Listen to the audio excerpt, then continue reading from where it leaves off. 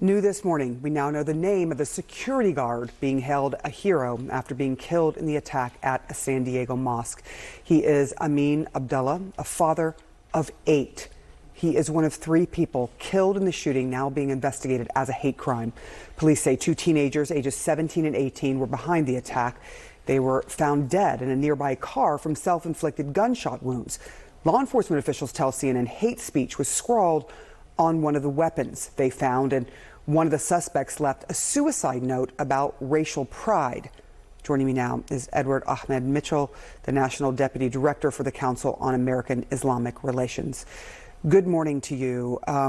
First of all, can you give us some sense of how the community is doing after all this, what you're learning this morning about children that were there and taken out? We saw them being taken out in a line, the staff and the families who frequent the mosque.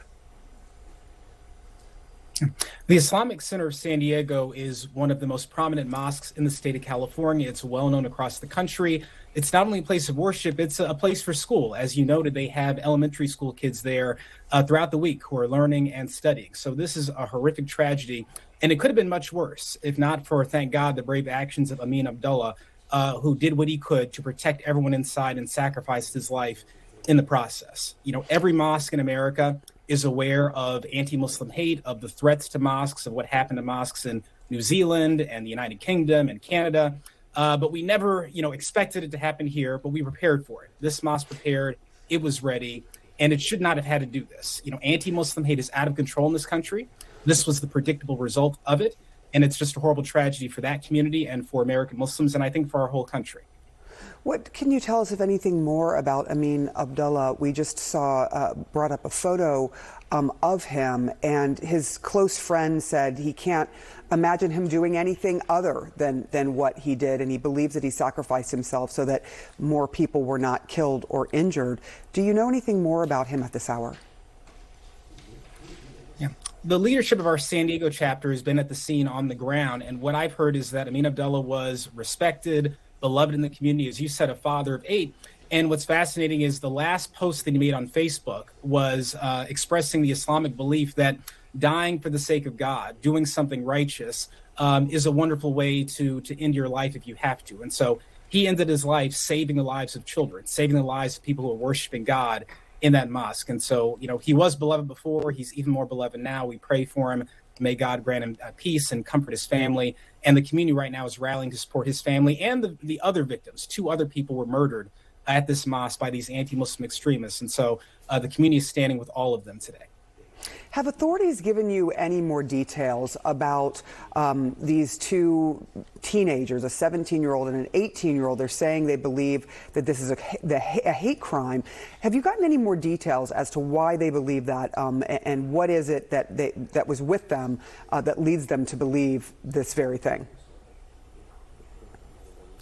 The public reporting is the same as what we understand, which is that one of the weapons had some sort of hate speech scrawled on it, that one of the perpetrators left behind a suicide note that had some sort of anti-Muslim writing on it. We don't know any more detail than that. But obviously, no one would be surprised if this was indeed, as it appears, an act of anti-Muslim hate. You have seen mosques attacked in very similar ways. Christchurch, New Zealand, Quebec, the United Kingdom. We've had mosques firebombed in our country.